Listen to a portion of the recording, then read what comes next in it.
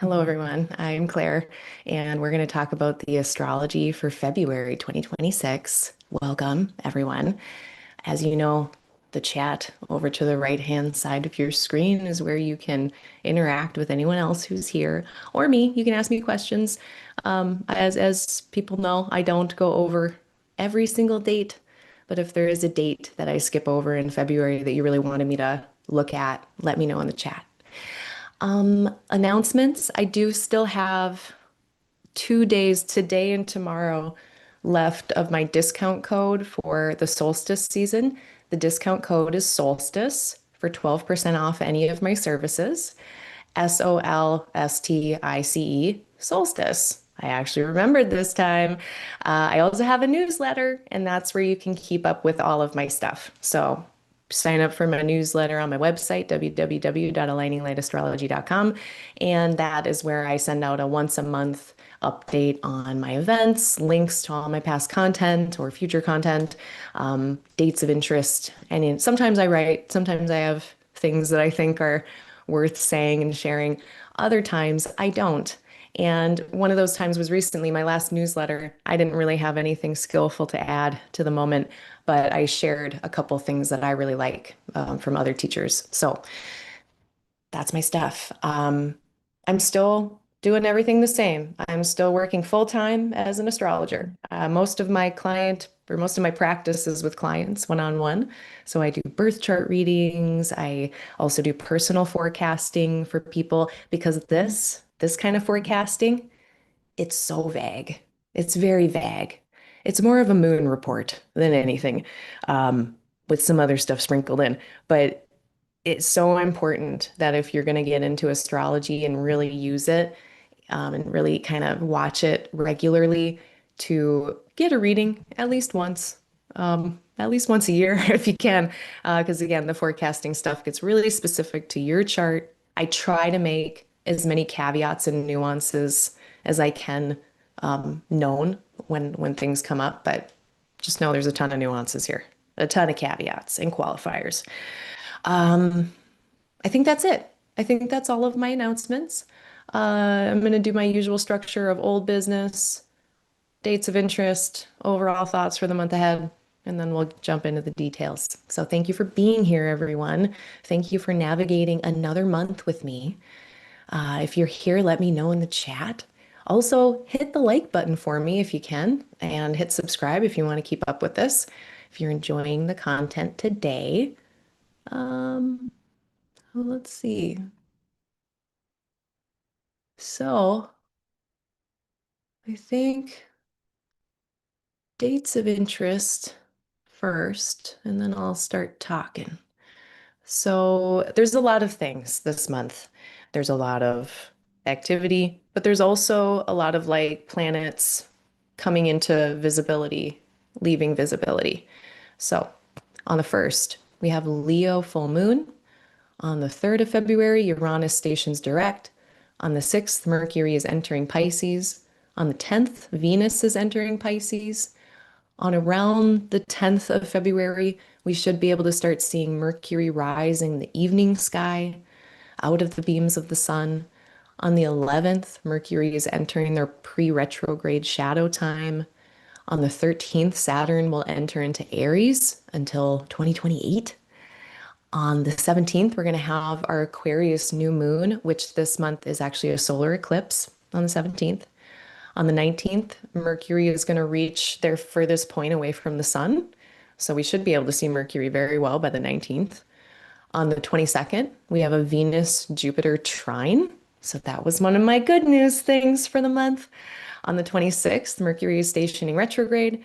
And around the 26th as well, Mercury will already be setting again into the beams of the sun, disappearing from the evening sky. On the 27th, we're going to have a Mars-Uranus square. And on the 2nd of March, which is further afield, but that's the lunar eclipse, Virgo full moon lunar eclipse that's going to be paired with the eclipse on the 17th. So I am going to talk about that too as a pair. I'm not going to leave you on a cliffhanger. Um, so let's talk about the past first. What a month. for anyone, oh, hi, Clark. Nice to see you. Um, for anyone who is in America, at least, giant Capricornian sigh over on my side of the things. So I have been wanting to acknowledge that things are bad, and they have been bad for a long time.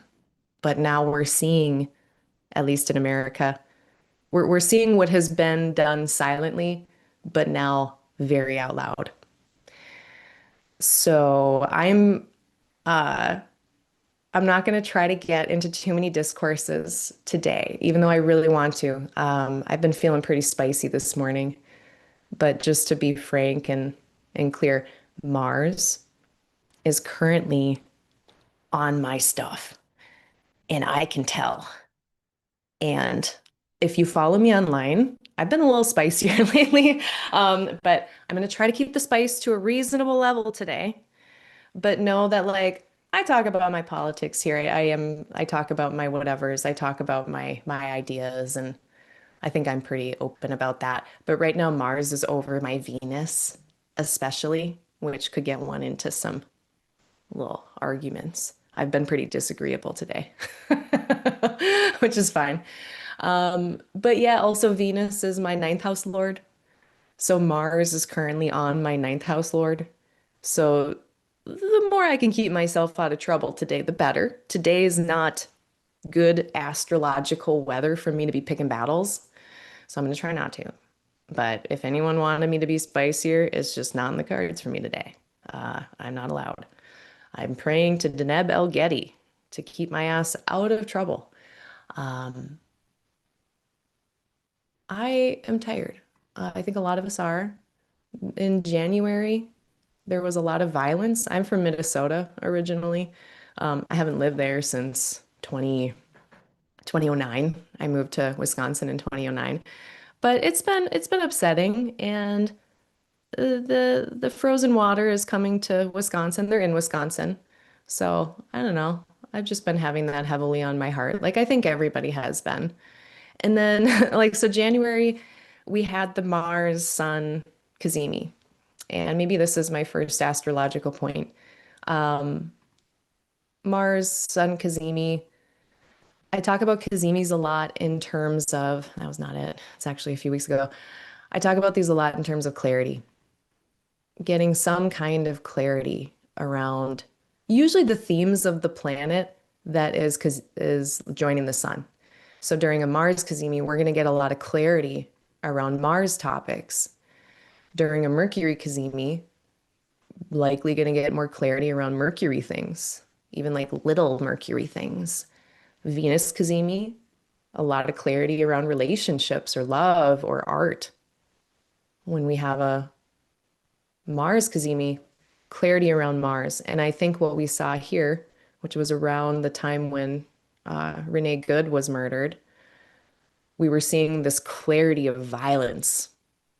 So that's not how I was counseling people in session in terms of their individual charts. I'm going to give that delineation next. My more, general purpose delineation for a Mars Cazimi.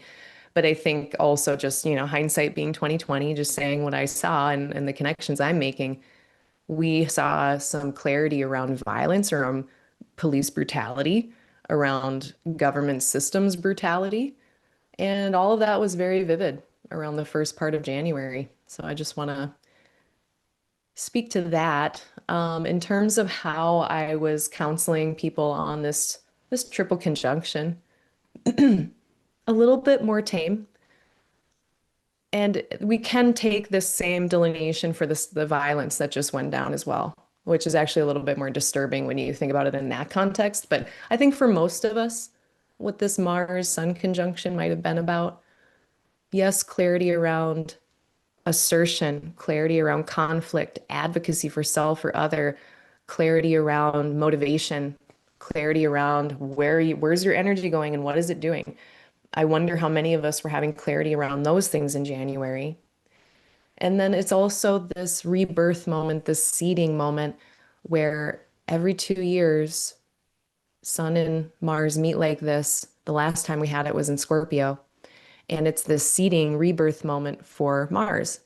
And we're going to see a little bit more in like end of February, yeah, end of February into March. We're going to get Mars far enough away from the sun to become visible in the morning sky. And we're going to see much more clearly whatever was seeded. But right now, it is more like a seed that's under the soil that you can't see what sprout is coming out of it. The sprout has not come out of the ground yet. But something in January, end of December into January, was really being reborn or born.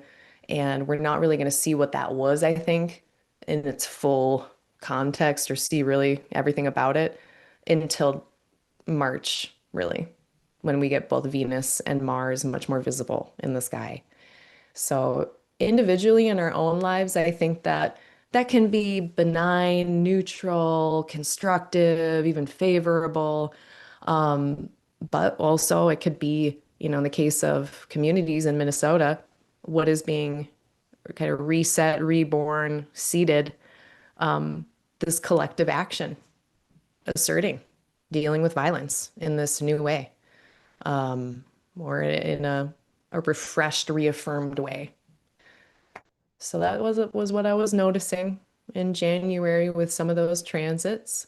We also got through, this was more in end of December too, I think, the the Chiron squares. So all of these planets, no, it was all in January.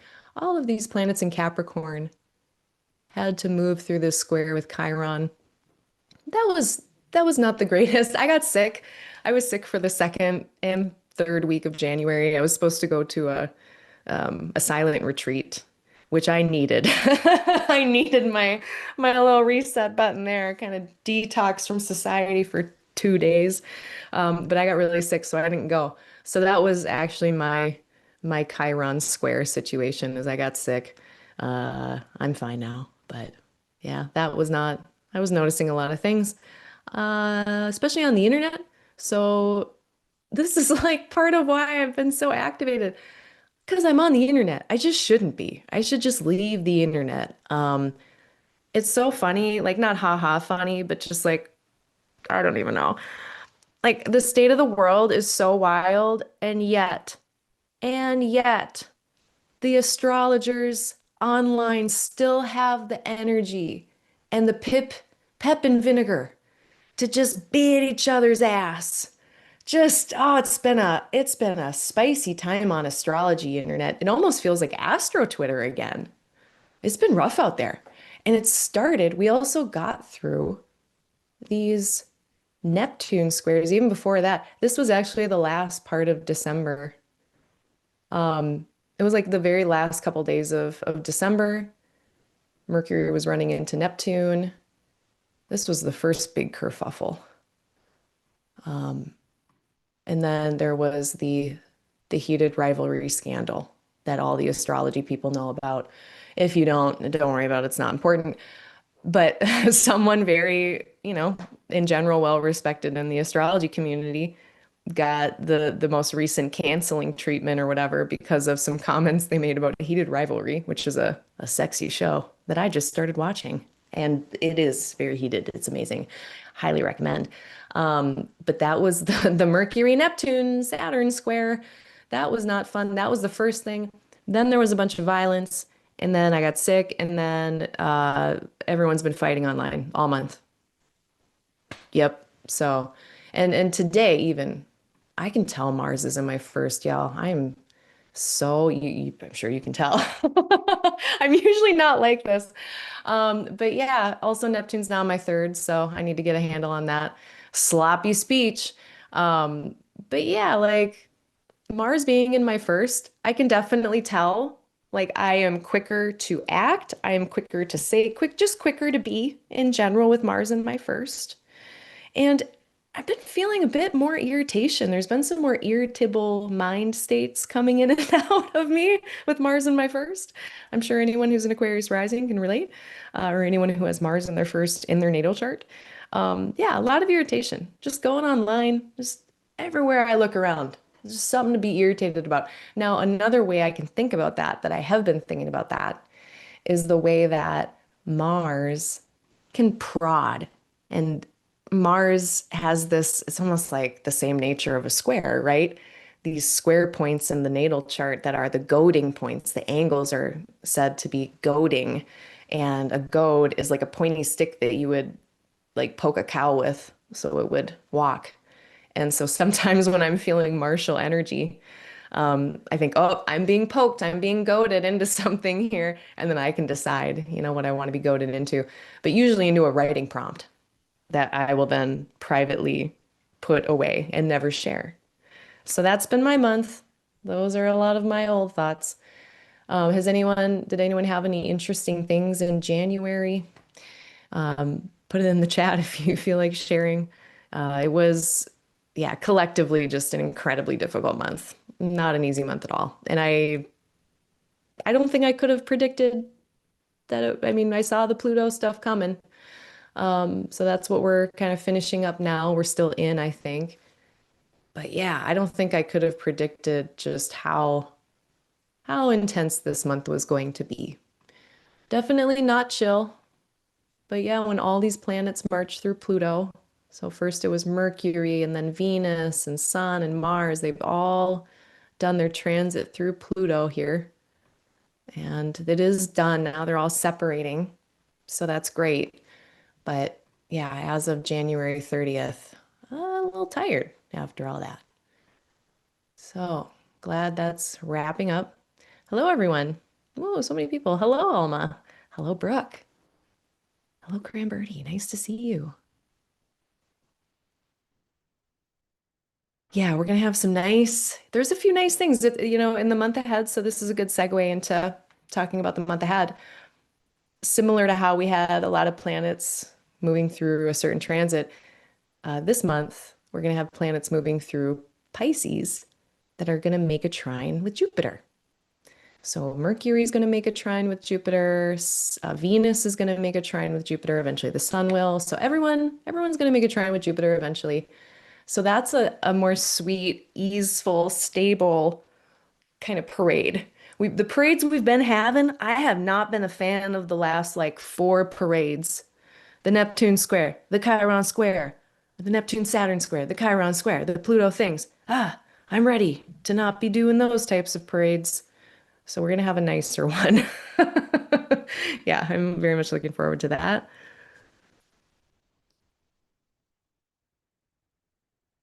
Yeah, I'm striking my balance between expressing myself and not getting myself into trouble. Another thing too, people should know about me, like, and I don't know, I write about myself a lot on my website. Like my About Me section is lit.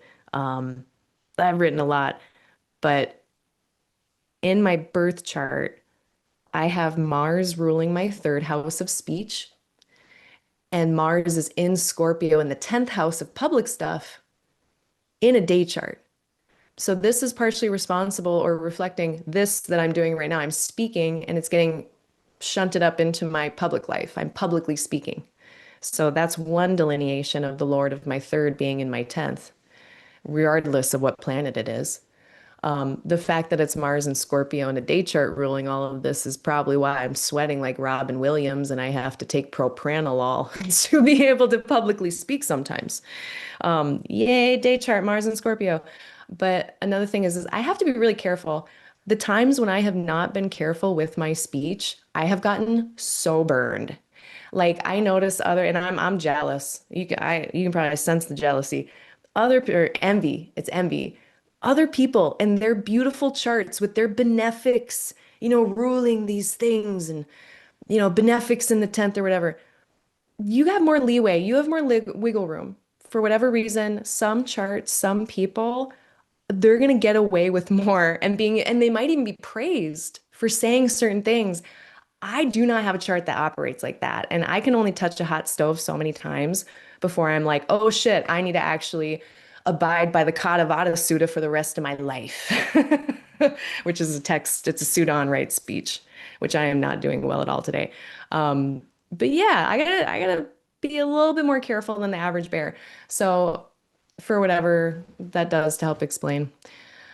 Um, Someone else is an Aquarius rising with Mars in the first, and they can relate to the spice. Yeah.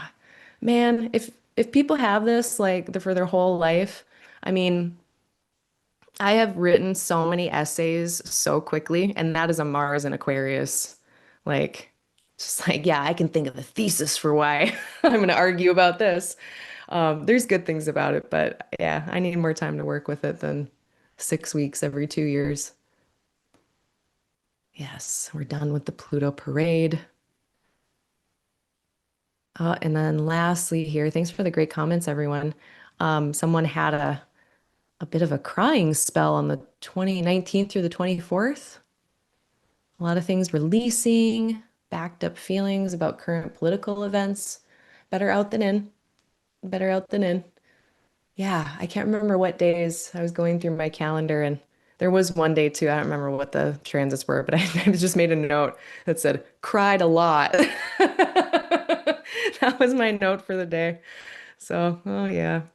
But again, in some ways, I know February is just, there's always something, there's always stuff, but there are some sweet things in February that I'm really looking forward to. Um, Also, we're going into my overall thoughts here.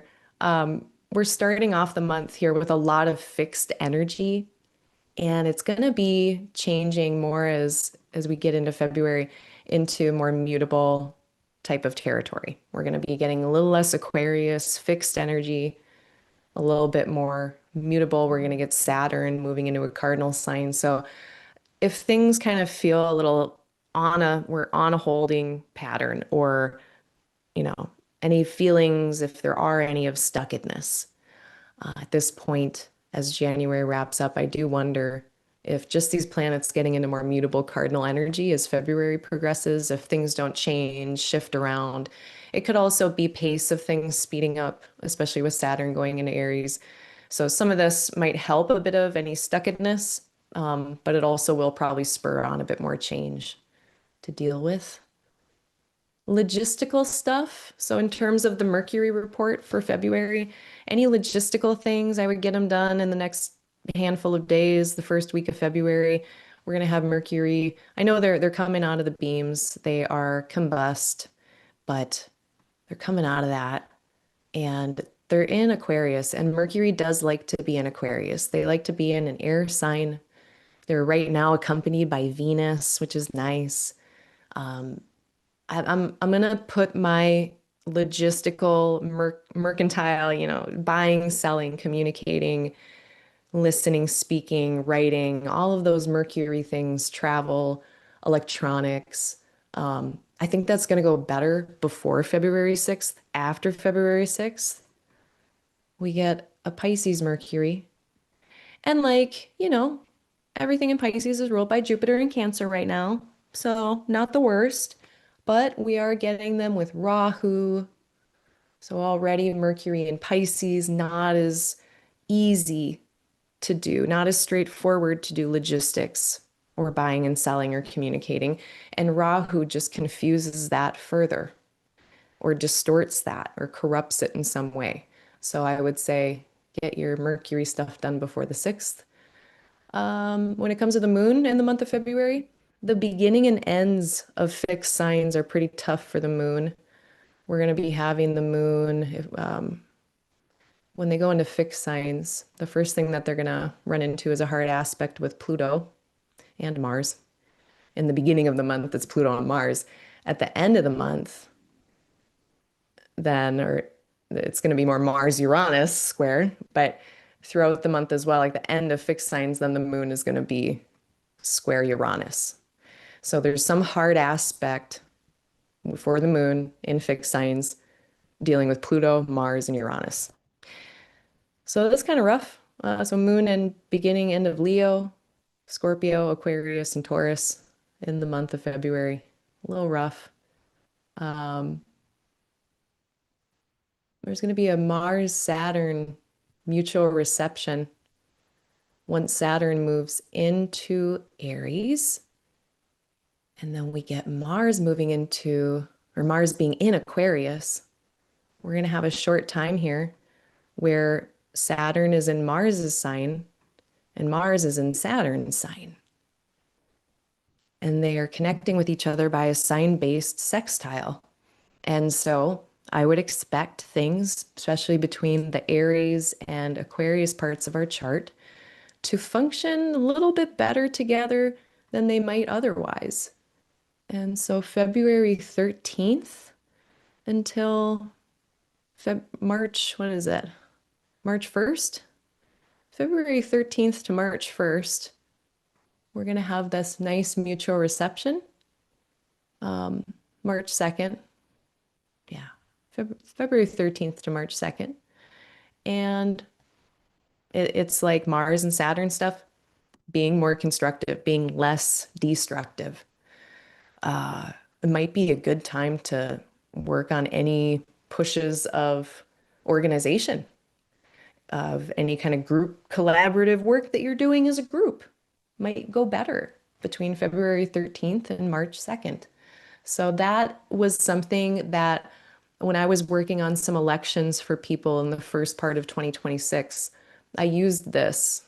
I tried to use this time to kind of mitigate whatever the malefics were doing in the chart.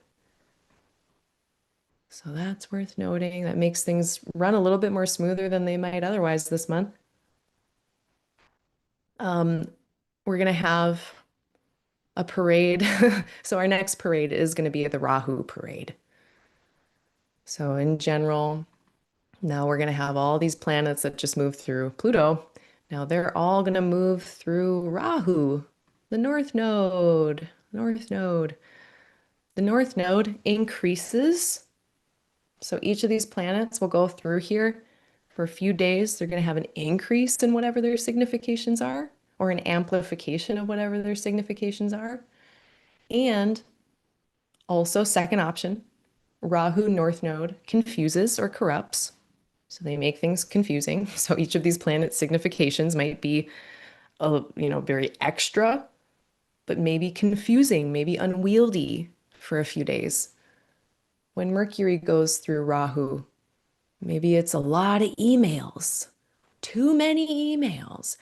When Venus is going through Rahu, maybe too many yum-yums, too many lovely, delightful gatherings with people, or confusion around people or relationships. So we'll get into that more. And then final third choice I like to talk about with Rahu is a blurring of boundaries. That can have all types of forms. So be careful about your boundaries in February, especially around these Rahu conjunctions. So they can increase, confuse, or blur the boundaries regarding whatever themes the planet is symbolizing.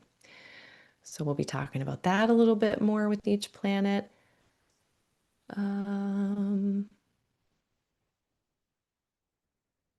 On a very, now this is for maybe the more advanced practitioners who are watching the sky all the time. Or say you have an astrology practice. I'm going to share what I've been up to. I have been crossing off my calendar times where we have this Mars Pluto on the descendant. I don't want to be one-on-one with someone when Mars is on the descendant, which is at this point, it's around sunset. So no matter what your time zone is, if you are dealing with people one-on-one around sunset, it could go south. It could get soured. There could be more conflict or more tension, or it just might be more intense than you're used to. Uh, Definitely more of a probability of some of these intense or conflict-oriented things coming up with Mars and Pluto on the descendant. So in my time zone, Central Time, this is right now around 3:30 p.m. through 5:36 p.m. So kind of leading up to sunset and then sunset. Those are the hours where I'm not sending emails. I'm not meeting with people one-on-one to counsel them. And additionally, too, another point I've noticed during the day that's a little funky is when the same stuff is configured to the midheaven. So this is actually around 11:30 a.m. Central Time right now. We get the midheaven with Mars and Pluto. These might be little intense marks in the day. Is around 11:30 noon and around 3:30 to 5:30-ish Central Time. So when the sun is at the top of the sky with Mars and when the sun is setting with Mars. Mind your P's and Q's as best you can. That might not be the best times either to protest safely. If you're going to go out there and protest, there would be more chance for violence or clashes between 3:30 and 6, I would imagine, or between like 11:30-ish and 12:30-ish p.m. Central Time. So I know that's really fine detail. That's like getting on the hourly basis each day, but these are the things that I've been looking at. And then we talked about the nice Pisces connection with Jupiter and Cancer. That trine will be very stabilizing and supportive this month. And that brings me to my last two notes about Venus. So Venus is going to enter into Pisces. What day is that? On the 10th of February. And that's a really nice note. That's the best condition Venus has been in several months.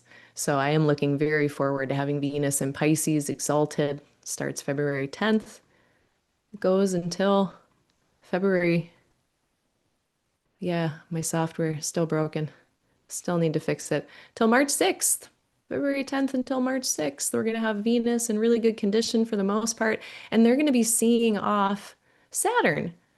So it's kind of cute. Like Venus comes in here, and then just for a few days, Venus is in here with Saturn, as if to say, hey, buddy, you've been in here since March of 2023. Time for you to mosey on.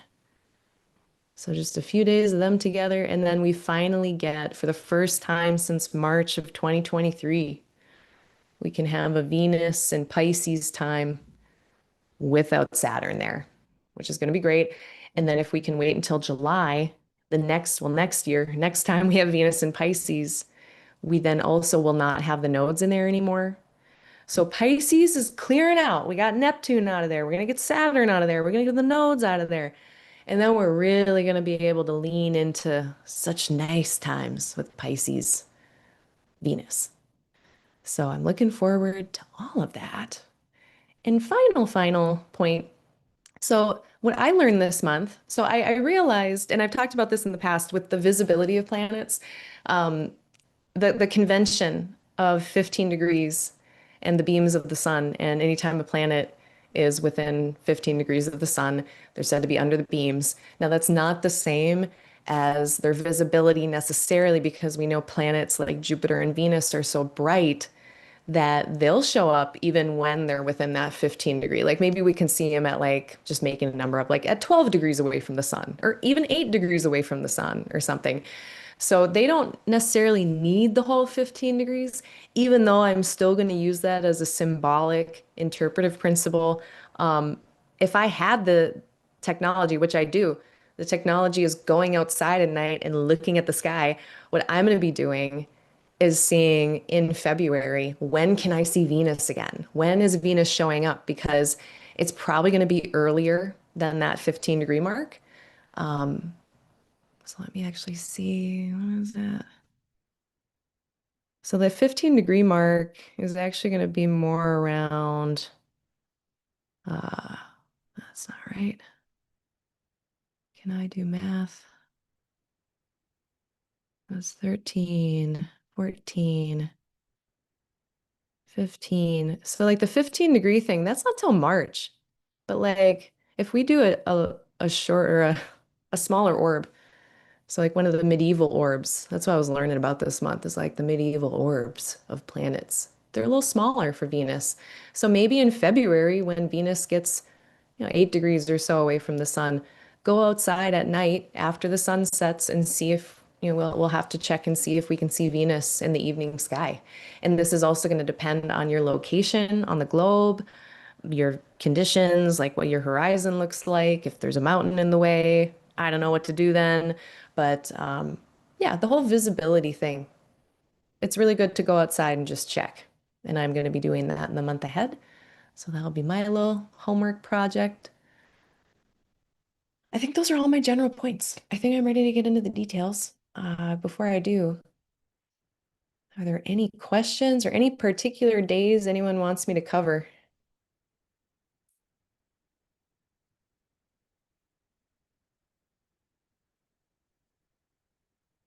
Uh,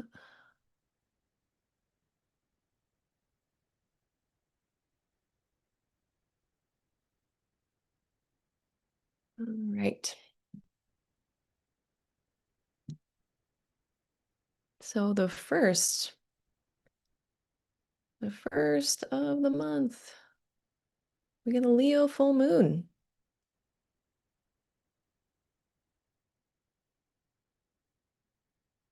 It's going to be happening at 13 degrees, so the middle decan of Leo and Aquarius.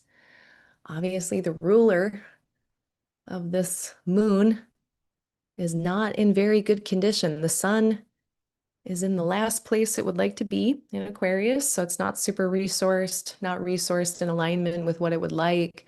And it just got done dealing with Pluto and Mars, so it's not the most like chill, restful. I mean, most full moons are a bit more energetic. The light of the moon speaks to that higher level of energy, the higher level of action and busyness in the world. Um, but here, there's not a lot of maybe comfort or fun necessarily around that. Uh, Venus is around. They're a little hot and bothered being so close to the sun.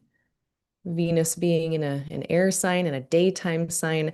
So even though Venus is around, they're not in the strongest position to help this full moon, feel stable. Um, the aspect after the full moon, first one is Venus, but then once the moon gets out from under the bond of the sun, if we're doing the moon under bond thing, then they're going to sextile Jupiter.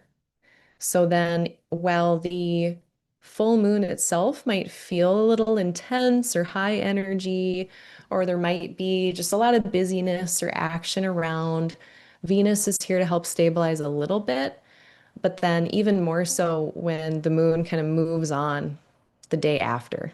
So, the following couple days, the moon is going to make their way into Virgo. And then their next aspect, once they get 15 whole degrees away from the sun, they first have to get 15 degrees away from the sun, is the moon under bond. And then their next aspect after that. And that's going to be a sextile with Jupiter. And that is going to speak to maybe a better aftertaste, some resolving or some kind of favorable outcome after whatever happens during the full moon. So, not the most comfortable full moon, but then it looks fine afterwards. So, final answer with that one.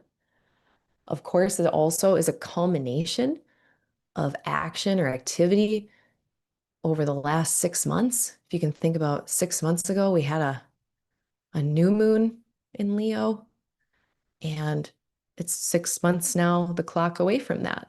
So maybe a culmination of fruiting, a peaking of something in the Leo house topics for this Leo rising. This would be some culmination or fruiting around themselves, their identities, their health, their appearance.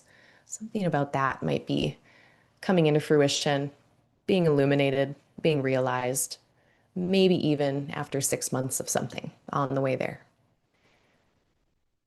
So those are my Leo full moon thoughts. Meow meow, roar roar, enjoy. The following couple days, we're going to wait for Moon to get into that nice sextile with Jupiter. And then on the third, we're going to have Uranus stationing direct.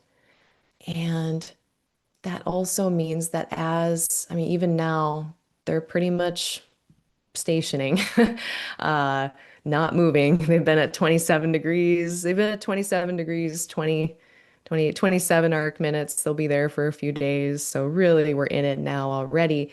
So then Uranus gets louder. Interruptions get louder. Interruptions get more frequent. Yeah, just unexpected stuff more. breakthroughs, insights, sudden realizations. Also, maybe very loud right now, January 30th through the first week of February, because they're going to station direct and then it takes them a few days to start moving in the other direction again. So, then all to say, if you have a placement at the end of fixed signs, so at the end of, like, say, 28, 29 degrees of Taurus, 28, 29 of Leo, Scorpio, or Aquarius, now Uranus is coming back to do one last hard aspect with those planets or placements. So, not a, this is more of a three-part story. If Uranus has made two other probably squares or oppositions or conjunctions with a placement at the end of fixed signs, just one more, the third part of that story. And then that's going to wrap up at the end of April when we get Uranus moving out of Taurus into Gemini. So, not a lot. I mean, advice, just knowing that Uranus does bring insights and breakthroughs and sometimes solutions that require change, solutions that are disruptive. So, it doesn't have to be all unfavorable stuff. It doesn't have to be a bad surprise, but it could be something surprising and maybe it changes your day. And sometimes those changes are not great and sometimes they are. So, Uranus is loud the first week of February. On the 4th of February, not the day that I would say to turn in your applications. So, um, my report, I don't know, I go through little trends. I remember a few years ago, I was really looking at like the modality of the signs that the planets were in. And I was really focusing on that for some reason. And lately, something I've been really focusing on is the notion that whenever the moon is square or opposite Saturn or Neptune, I don't want people to hand in forms. I wouldn't hand in a form or like sign a lease. And I know that there's a lot of, at least, where I'm from, like a lot of these systems don't work well anyway. Like it's very hard to get access to care or housing in a lot of situations. So the last thing people need is to hand in an application for assistance on a day that it's going to get rejected. So that's why I'm kind of harping on these dates lately. But this also starts to get into a lunar malefic enclosure. On the February 4th, we're going to have the moon applying to Saturn and Neptune. So February 4th, do not hand in the application or sign the document. And then we're going to have a time where the moon is between the rays of malefics, which are more intense energies. The moon's going to be in between that into the 5th. And so maybe the 6th, hand in your application. Um, it's not that during a lunar malefic enclosure, like bad things always happen. Sometimes it is just doing a thing you know is uncomfortable. Doing a thing that is hard work, like even going to the gym, can be a lunar malefic enclosure. It can be doing the uncomfortable, hard thing, which is fine and necessary. And it's also a time when, if I can engineer things in my own life, I won't do certain tasks that I want to feel comfortable, that I want to go smoothly and without too much intensity. So, to be more specific, the lunar malefic enclosure is in Central Time on the 5th from 1:48 a.m. to 11:59 p.m.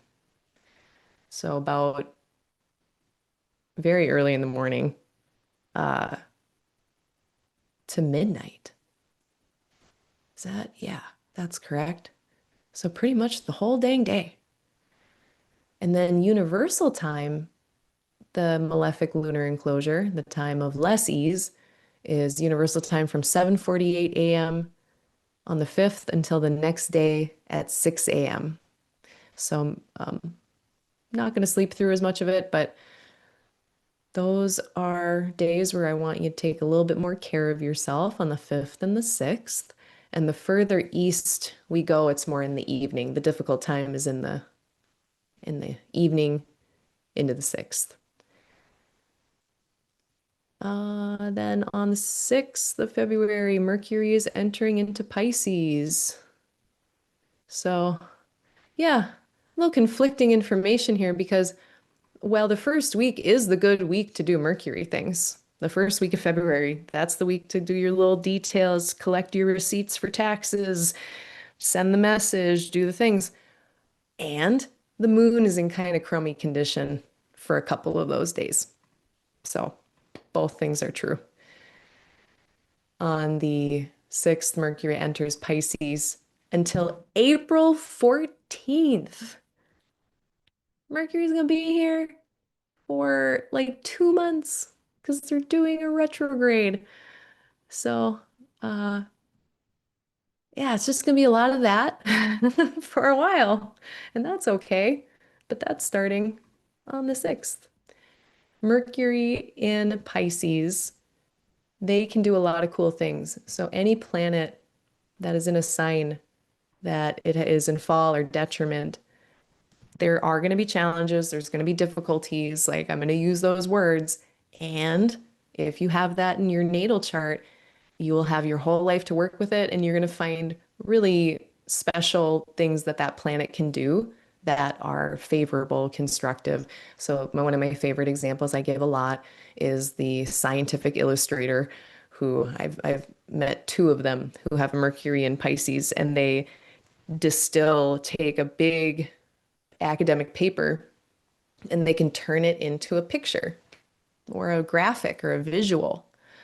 And so they're taking information and data and bringing it together in a really unexpected way, or maybe a way that is really difficult for Mercury. Like Mercury would rather have a calculator and a typewriter, and they're given, a graphic design program instead. Draw a picture about it. So they can do neat things. At the same time, if I'm trying to get ready for my taxes, I don't want this. I want an Aquarius Mercury, so I'm going to use that to get ready for my taxes. Okay? Um, Not all bad, but there's going to be some things. So less effective with the classical Mercury stuff. Great though with spiritual works, symbolic language, certain kinds of art, less mainstream accepted modes of communication. Mercury in Pisces is really good for that. Um, Body language, things of that nature. And then also good to know that topics of Virgo and Gemini, those are going to be pretty affected for the next couple months. So Mercury is going to be dealing with Pisces stuff, but they're also still going to be in charge of Virgo and Gemini. And so as you're navigating life topics of Virgo and Gemini in your own chart, just be a little extra aware, read the fine print, double check it, triple check it, um, kind of just doing your due diligence to help Mercury out a little bit. And then I actually don't have too many notes for a few days.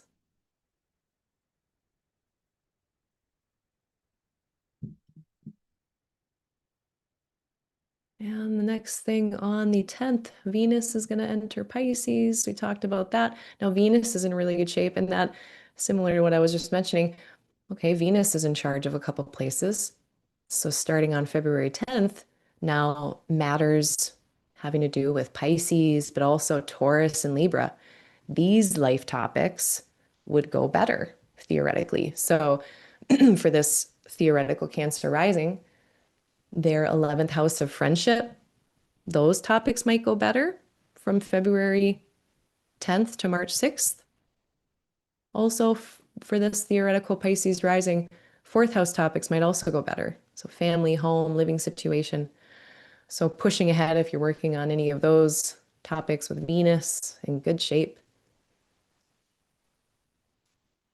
And of course, beauty, love, romance, relationship, those things will all get a boost when Venus is in Pisces. Mercury is going to get within 15 degrees of the sun. So they're going to start to do their evening set, and then they're going to enter their pre-retrograde shadow. So then especially on February 10th and onward. Now we have entered into the Mercury retrograde story for February and March, which is February 26th to March 20th. That is the retrograde. So we're just starting to enter into really this space of Pisces where Mercury, they're gonna keep moving forward, then they're gonna go retrograde, and then they're gonna have to retrace all those same degrees over again. So that's what we mean when we're talking about the retrograde shadow. It really speaks to these degrees that speak to this whole path of travel that the planet takes. And so we can watch those degrees as we follow Mercury's story. So really the story is beginning on the 10th. Pretty quickly after that, Mercury is going to meet Rahu. So another day to maybe be careful with applications, handing things in February 10th, February 11th. Then we got the moon running into some of that stuff, running into Saturn by square. Not the worst, but soft note. Be careful with logistical things and handing things in around the 10th and the 11th. On the 12th, be extra careful with words, ideas, buying, selling, travel. Ask questions, ask about details. Mercury is going to be increased by Rahu. So more of Mercury, more travel, more buying and selling, more talking, listening, exchanging of ideas, more details, and it can get to an unwieldy level. And that is going to be more on the 12th and the 13th. And then Mercury will move on from Rahu for now. And on the 13th, actually, hold on, let me go back with Mercury. So increase, also confusion, which is why I'm saying be careful with words, ideas, buying, selling. There could be confusion or lack of boundaries. So it might be a good day on like the 12th, even like maybe the 11th, 12th. I'm going to put a note on my calendar to say less. Just say less, sometimes. Depending on context. Because when Rahu's around, there can be almost yeah, just no boundaries. So just too many words, too many things, you know? So just be careful around the context and if what is being said is necessary. And we get then on the 13th, Saturn entering Aries finally until April of 2028. So we had our first little taste of this. This was effectively June, July, August of 2025.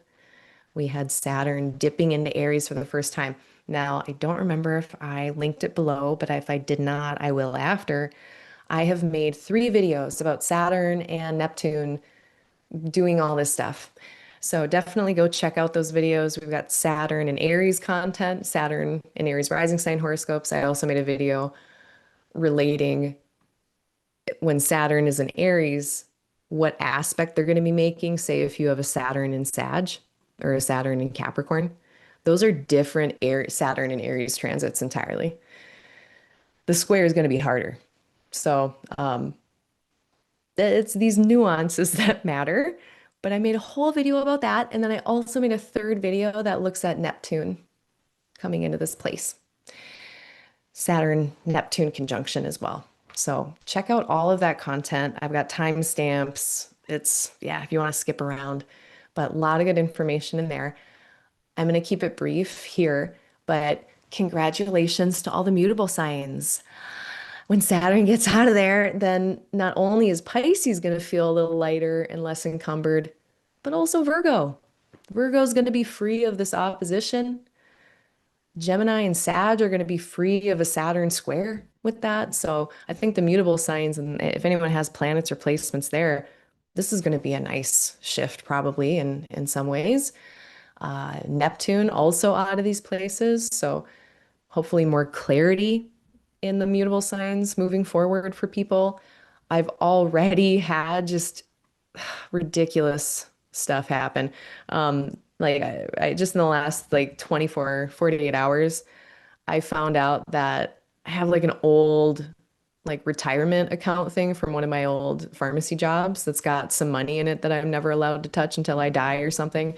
And I just found out like a thing about it that I didn't realize for like 3 years. And Neptune left my money place, and now my money stuff is becoming clear. So it's already very apparent the consequences of not having these planets in a place. And it is also very apparent to me now what it's like having at least Neptune in Aries. And it'll be very clear when Saturn comes in here as well. So, yay for where Saturn is not. However, where are they going? So now we need to really look to Aries and see what Neptune and Saturn are going to be doing in there. And in some ways, I'm actually really thankful we have Saturn here because the first like 3 years of this 14-year Neptune thing, Neptune is about not boundaries or dissolving boundaries.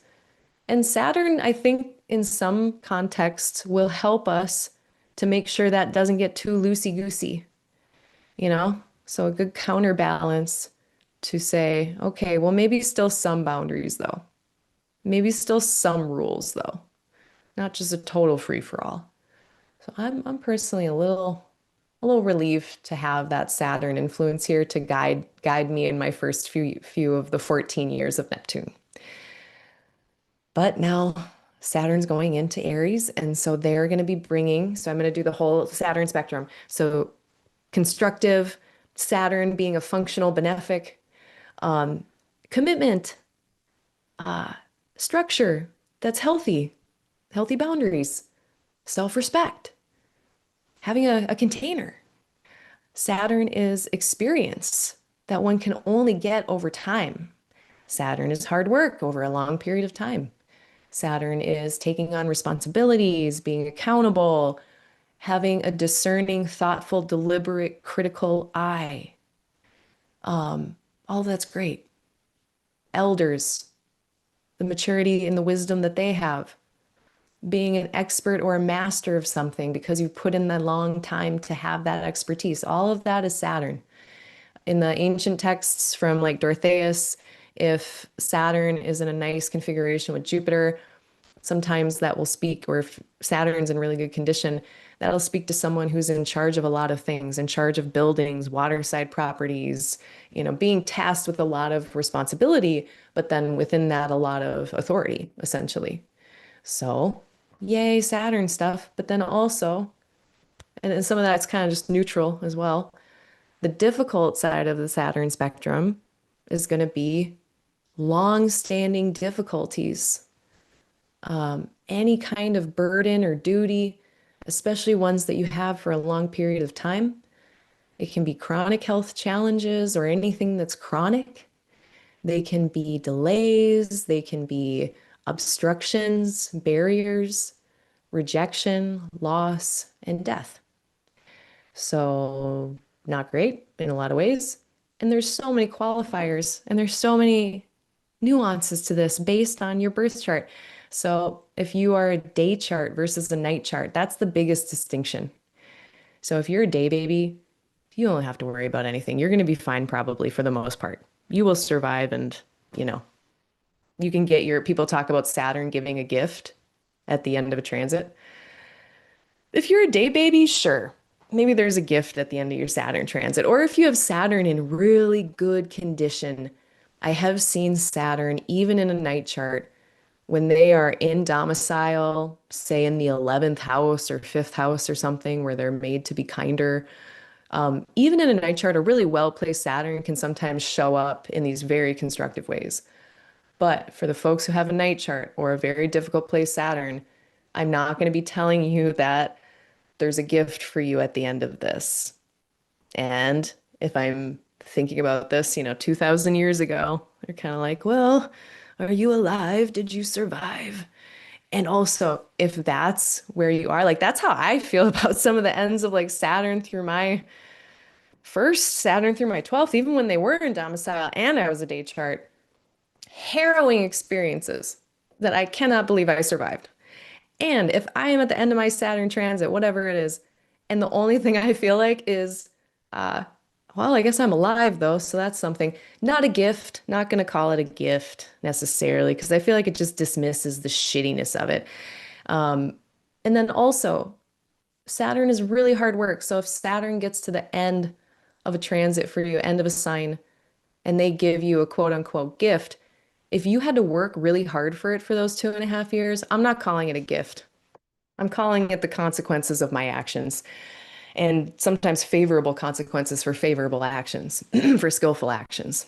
And if I had to work for it, that's not a gift. A gift would imply that I got it from someone for free, like without having to do anything. Saturn doesn't do that. There's always some catch. So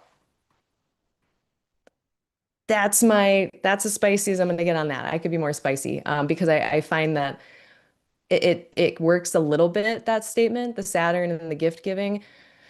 But when we make it a blanket statement, what inadvertently ends up happening is that then there's a lot of people who are going to be like, well, I'm a night chart, and or or whatever. Doesn't even matter. If you feel like it sucked and you're like, I don't feel like I got a gift. Where's my gift? What I don't want to do is have people then questioning themselves, being like, well, did I do something wrong? Did I fail? Did I not do the thing that I was supposed to do to get the Saturnian gift at the end? And it's like, I don't want to instill that questioning or that dismissal of like, well, where's my gift? What did I do wrong? It's like nothing. You're a night chart. You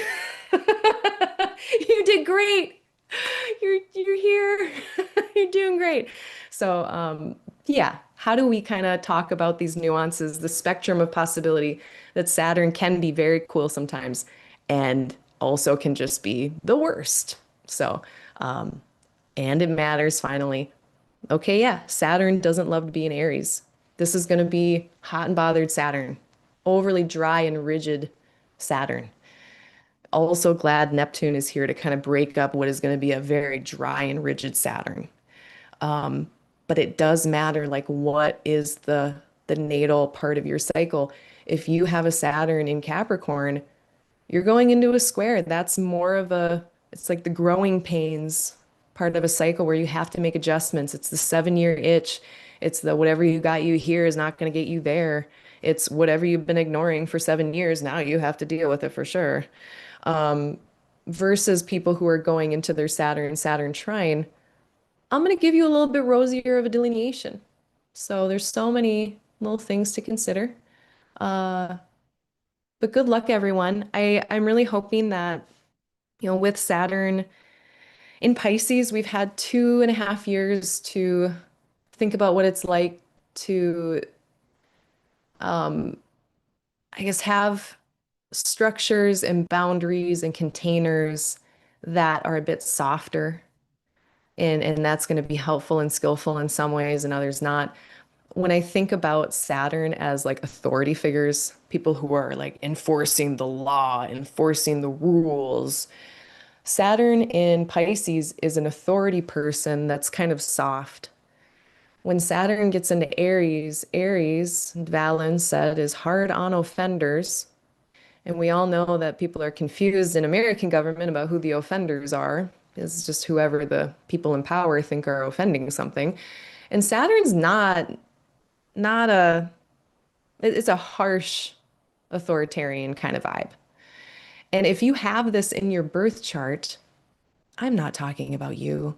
You've had your whole life to live with this and learn. I've said this speech like 5 times now, so sorry if you've heard it before.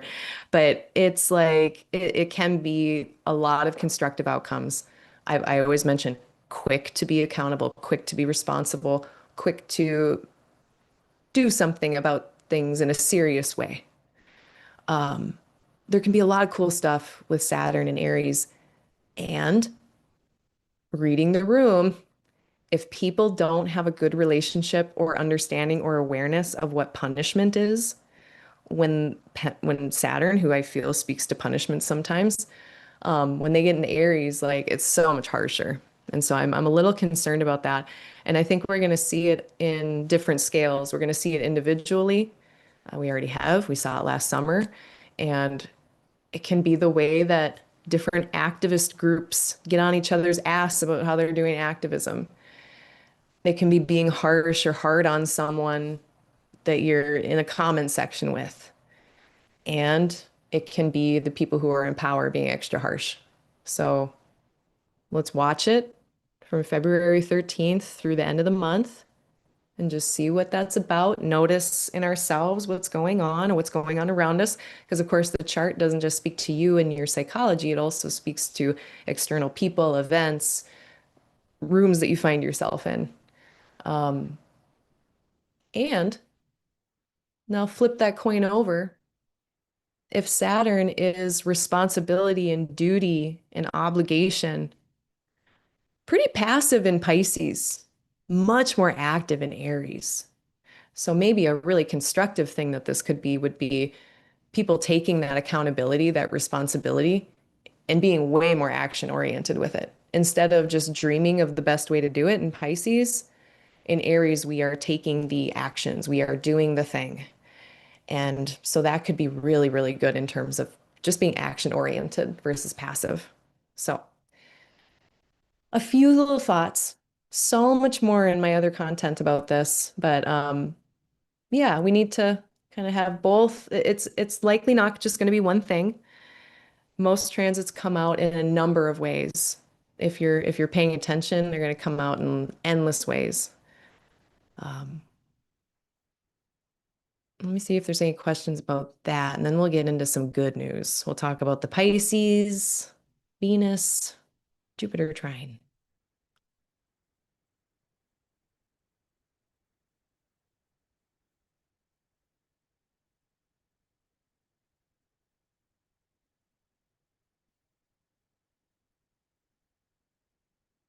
Okay, got a couple comments.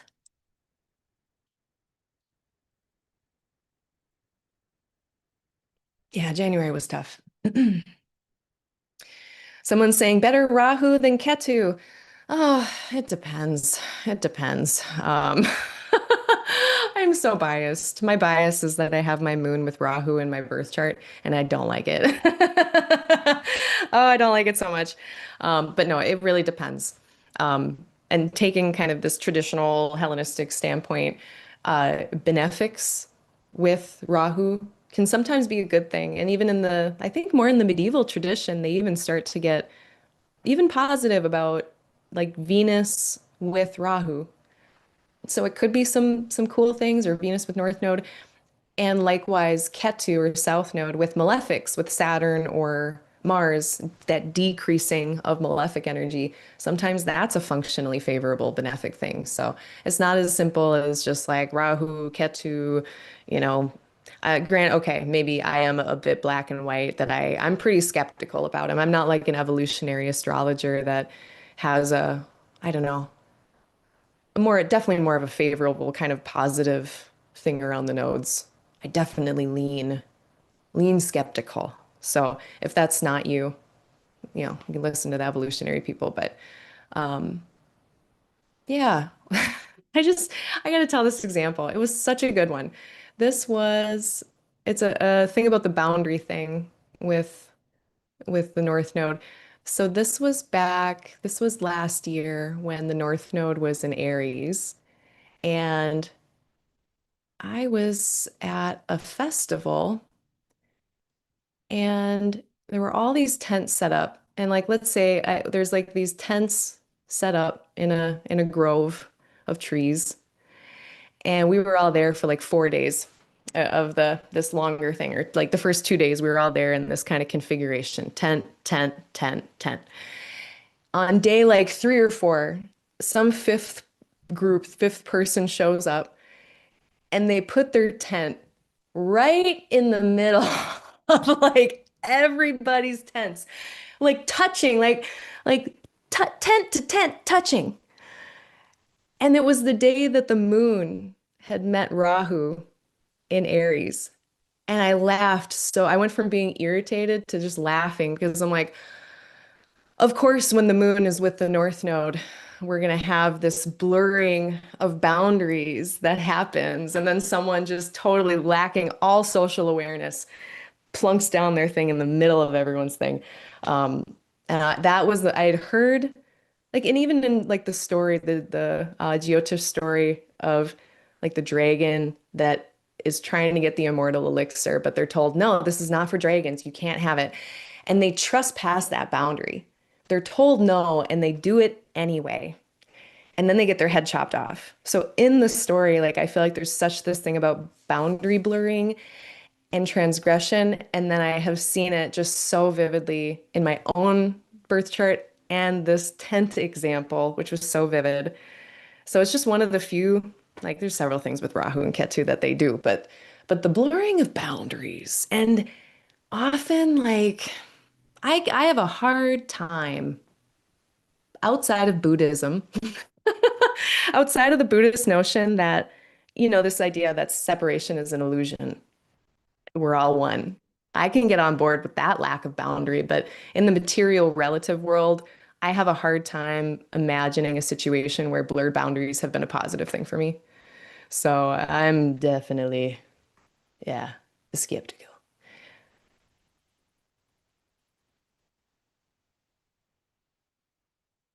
Yes, a girl can dream. We'll do our best. I'm gonna hope, and we'll see too. Maybe Venus in the North Node, maybe those few days are gonna be just like very luxurious and just having a lot of really pleasurable things that day. And if you find yourself, really enjoying pleasures around, what was that again, the 11th? No, many pleasure, pleasure town. Yeah, around the 16th, 15th, 16th, 17th.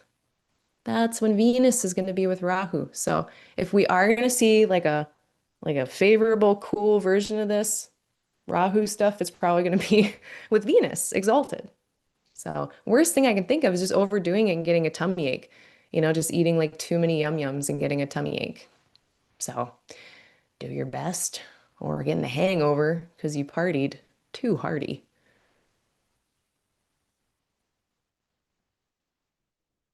And someone saying they noticed in March the Texas primary vote is on the more dangerous Mercury retrograde. Uh, Texas primary in March, huh? Ah, shucky darns. Yeah, that's a time to have a vote, huh? So, yeah, Mercury retrogrades, they can be, again, I have a spectrum for everything. There can be favorable, cool things with Mercury retrogrades. There can be neutral things that are neither favorable nor unfavorable. And there can be unfavorable things. And I generally, in my little Aquarius way, I'm going to push back against anyone who says that they're all good or they're all bad. Um, it's really going to depend on a lot of things. I am happy that Venus is in here. I mean, anytime we have an exalted or domiciled planet, the other planets in there benefit. And we've got two really lovely benefics that are able to see this whole retrograde thing. So I do, almost wonder if yes, it's Mercury and Pisces and Rahu, but we do have some nice stabilizing supportive energy around here. So I think that helps make this not the worst at all. So good luck, Texas. Good luck, Texas. Yeah, and on that note, this is yeah, definitely project creep. I shouldn't be talking about October and November. Um, but we're having our Venus retrograde during what will be the primaries, around the primaries in the United States. So that'll be another kind of retrograde vote thing to watch. So let's see how the Mercury retrograde Texas thing goes, primary goes. Thank you for that. All right, we talked about Saturn and Aries. Quick to last thing, I guess I'll say it. To just, a little late. It's a little late for me to say this. It's about, I don't know, 400 years too late to say this, but examining our relationship with punishment is a really good thing to do maybe while Saturn is at the end of Pisces.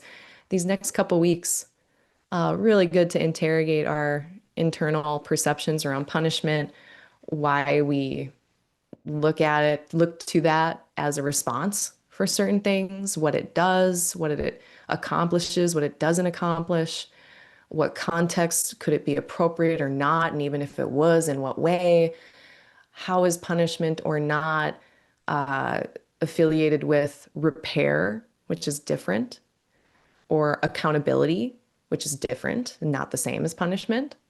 I think Pisces is going to be a softer place to look inward on those things than Aries. Uh, it's harder to learn when we're in a state of criticism and shame.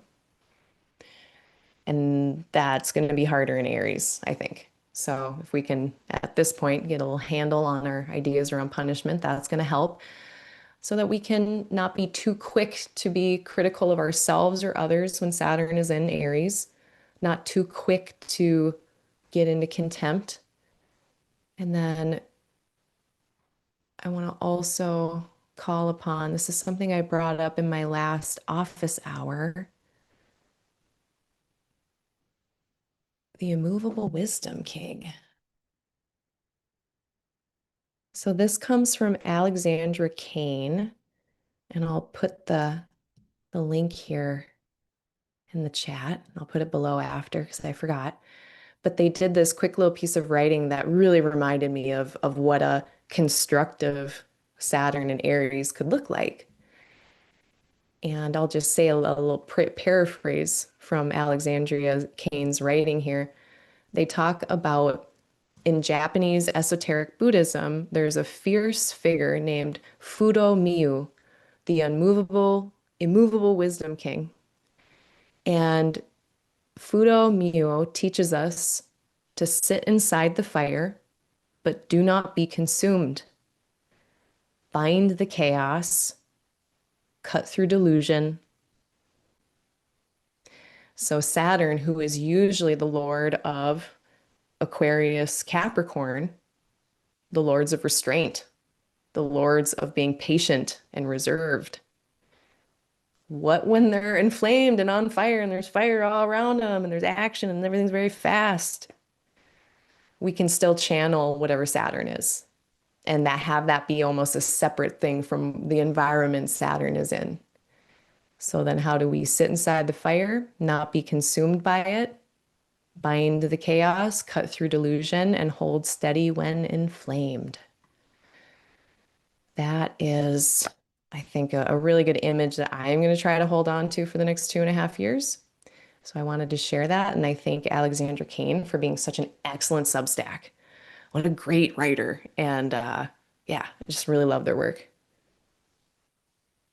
Cranberry says, on the note of punishment, regarding punishment, understanding that even if the government or whoever does bad, draconian things to you, you don't have to do the same internally to yourself with the same harshness. Yeah, kill your inner cop, you know? Depending on the cultural conditioning that we all have, it can be pretty harsh in there. So, yeah, thank you for that.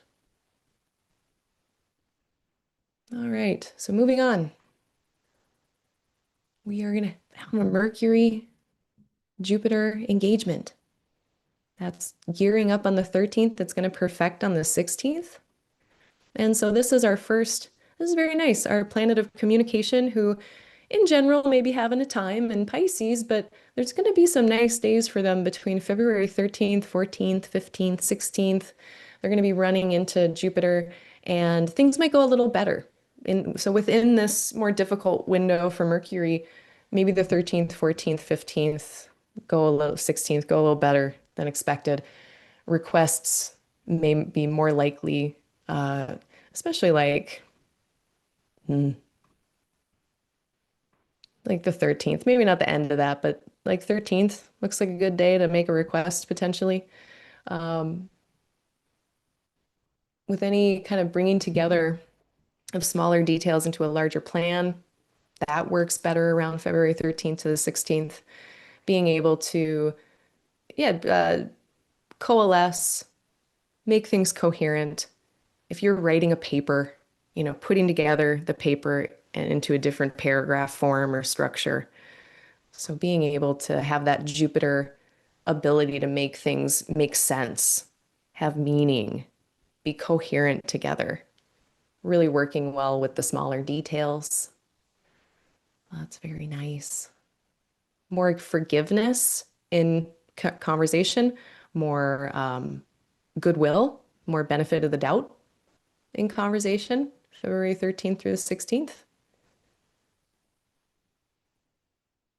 On the 15th, in particular, this is when we get our next lunar malefic enclosure. So this could be a time again of just going and doing the hard things that we know we need to do.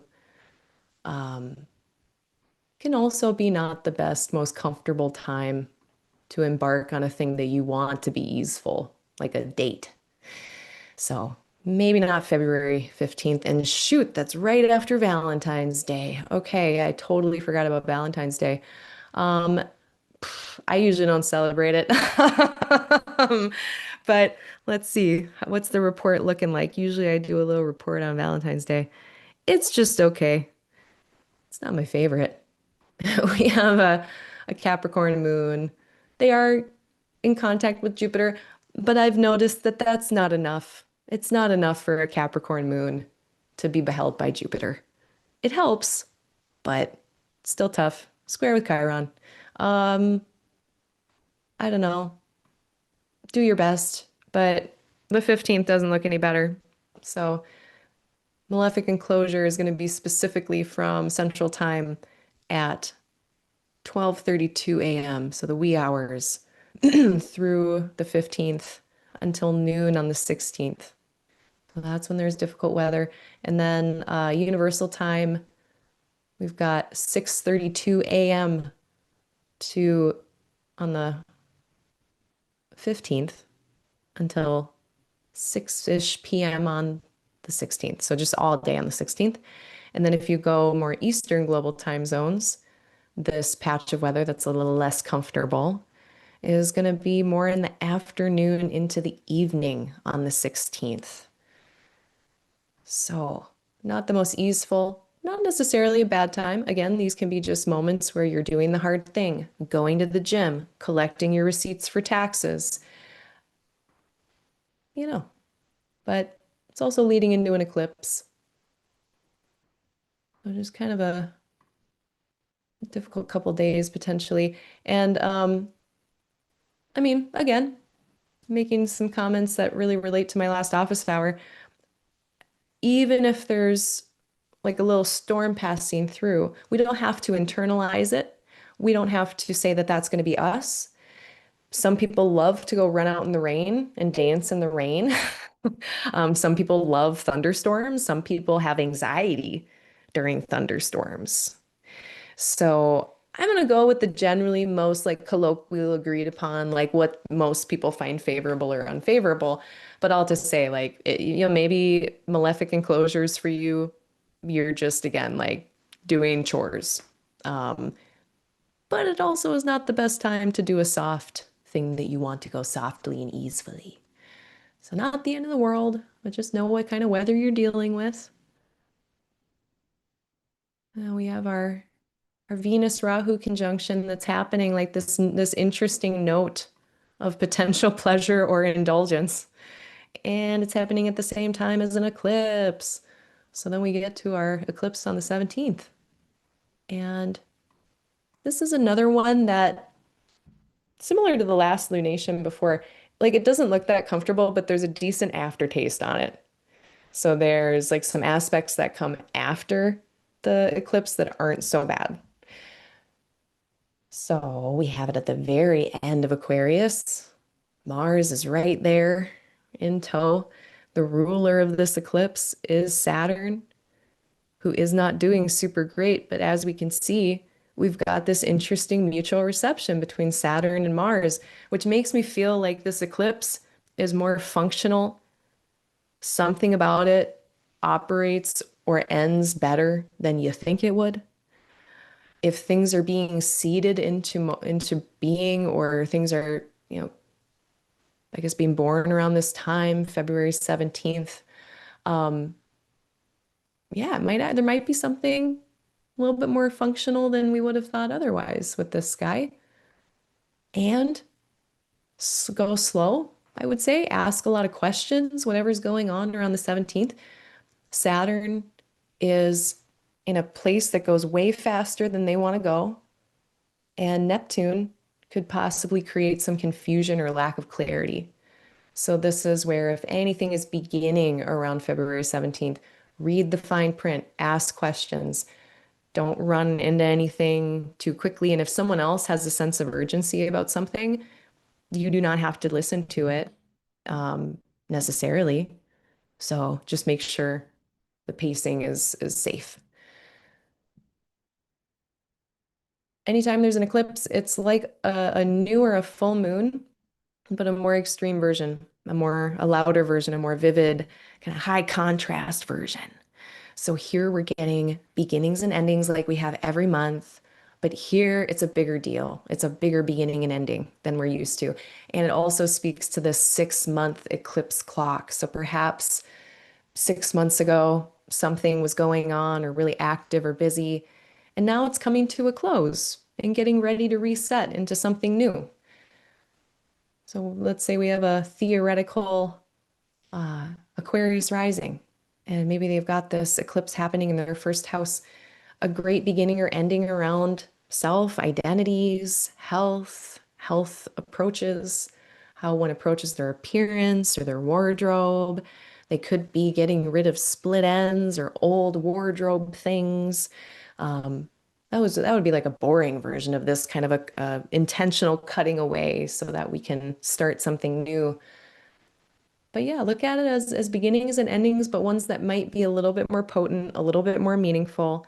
And then we can see that after this, we're going to ask all of our questions and read the fine print. And then Venus is going to meet this exalted Venus and Jupiter.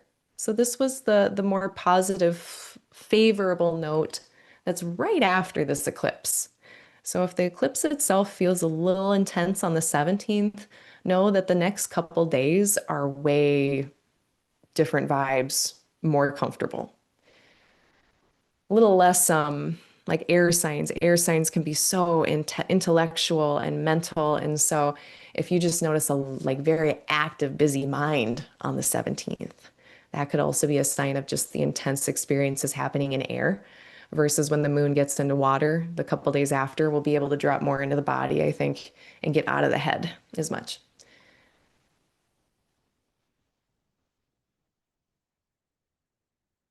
Yeah, those are my thoughts. I guess if we, look at the decans, then we see we've got Moon here in this final decan of Aquarius. I always think about the Seven of Swords, and it can be like this, okay, yes, you have intellectually figured it out. Now what? Okay, you have your very intellectual plan. You're going from A to B mentally, psychologically, and then you get to the seven and you have to take the next step or take it to its next iteration or do the final resolution mentally, intellectually. Uh, this is the place as well. Oh, I feel like I need to check myself before I wreck myself, but it's either the second or the third decan of Aquarius where the Gordian knot gets brought up. I think Austin Coppock brings up the cutting through of the Gordian knot versus the untangling of it. That kind of variety of intellectual problem solving can come up in Aquarius. So again, very mental, intellectual, cognitive kind of busyness on the 17th, figuring things out, great beginnings and endings. And then there is a more favorable, pleasant note on it the following couple days. And we get a benefic enclosure.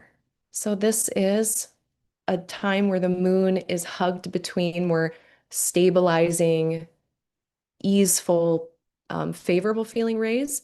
And that is going to be on February 18th, Central Time from 2 a.m. to 12:30 p.m. approximately. So all morning into the afternoon and universal time, that nice sweet part is going to be from 8 a.m. until 6:30 p.m. So all day on the 18th. The more Eastern time zones, that's going to be your afternoon into your evening on the 18th. And that is a Wednesday. So enjoy Wednesday the 18th.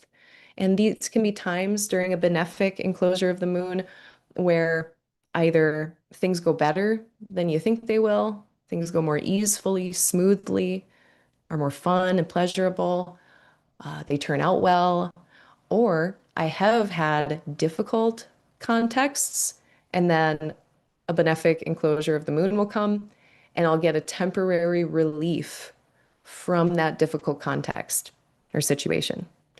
So it's either something, a nice time to do things on the 18th, or it could be a temporary respite in difficulty on the 18th. On the 19th, go outside and see if you can see Mercury. Oh, I just remembered the eclipse, visibility wise.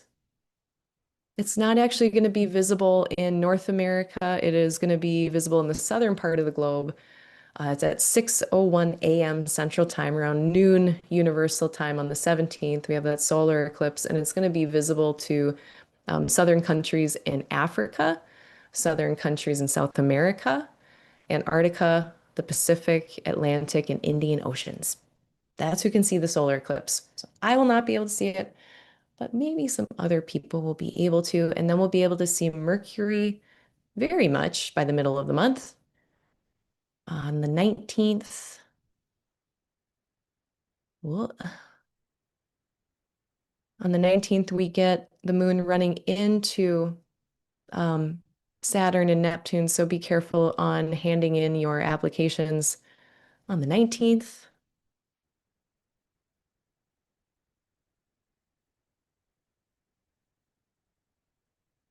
And then we get our Jupiter Venus trine. The 20th, 21st, and 22nd look kind of nice. So I know Moon has to go through this Saturn Neptune business, but for the most part, they're doing all right. And they're not getting a square from Mars yet. So the 20th, the 21st, 22nd, they looked okay. The moon has to, of course, go through this overcoming square from Pluto when it enters into Taurus, but the moon is exalted in Taurus. And I'm kind of looking forward to the 22nd of February because we get this nice interaction between the benefics and this exalted. Even though the moon is kind of dealing with some intensity between some rays from Pluto, also from the Mars-Uranus stuff, the rest of the sky is pretty stable. So maybe within some instability of February, maybe the 22nd could be a day that is a little bit more stable. And then we also get the Venus-Jupiter trine perfecting on the 22nd. So these were some of the days that I felt like could be a little more easeful or favorable during the month. It's a lot of relationship, relating, coming together nicely with Jupiter's goodwill, Jupiter's friendship, Venus about values, what's right, ethics, coming together with victory, with beliefs and understandings, with goodwill and forgiveness.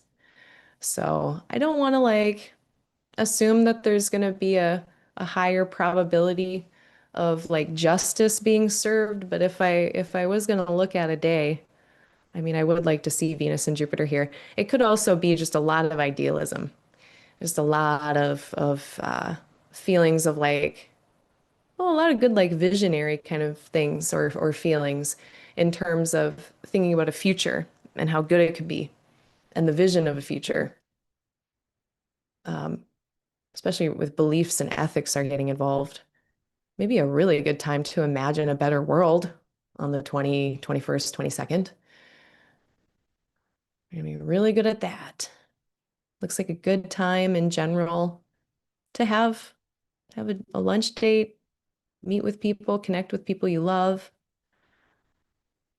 So then we get into the 23rd through the 26th, and these look a little bit more bumpy because now we're gonna get this Mars-Uranus stuff heating up. The moon is going to touch into that just a little bit before they get out of Taurus.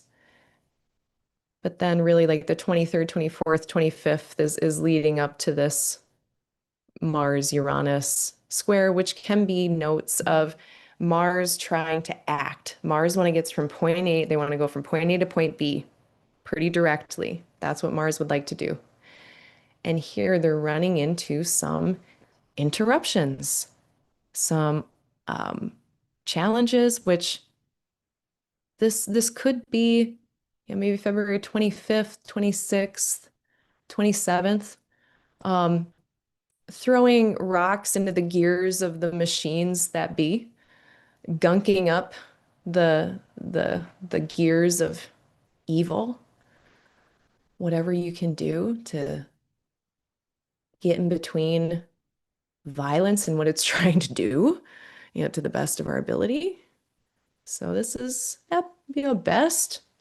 It can be some really disruptive solutions. It can be taking actions that are very different, taking actions that might be really, maybe even off-putting to some, but in order to do something differently, make a change, or it could just be frustration because whatever Mars is trying to do, something is getting in its way, or there's something, a surprise, something we didn't realize.